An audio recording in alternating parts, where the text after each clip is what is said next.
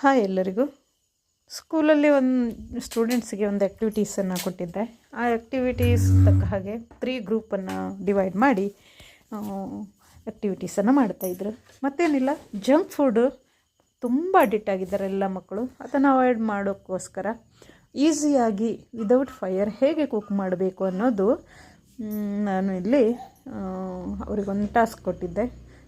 3 group ಕೂಡ ತುಂಬ ಚೆನ್ನಾಗಿ ಕುಕ್ ಮಾಡಿದೆ. ಕುಕ್ ಮಾಡಿರೋದ್ರಲ್ಲಿ ಪ್ರತಿ ಒಂದು ಗ್ರೂಪು ಕೂಡ 3ಕ್ಕಿಂತ ಜಾಸ್ತಿ ಐಟಮನ್ನು ಮಾಡಿ ಪ್ರತಿಯೊಂದು ಐಟಮ್ ಕೂಡ ತುಂಬ ಚೆನ್ನಾಗಿ ಮಾಡಿದರು. ಖುಷಿಯಾದ ವಿಚಾರ ಅಂತ ಹೇಳಿದರೆ ತುಂಬ ಇಷ್ಟಪಟ್ಟು ಈ ಆ್ಯಕ್ಟಿವಿಟೀಸಲ್ಲಿ ಪಾರ್ಟಿಸಿಪೇಟ್ ಮಾಡಿದ್ರು.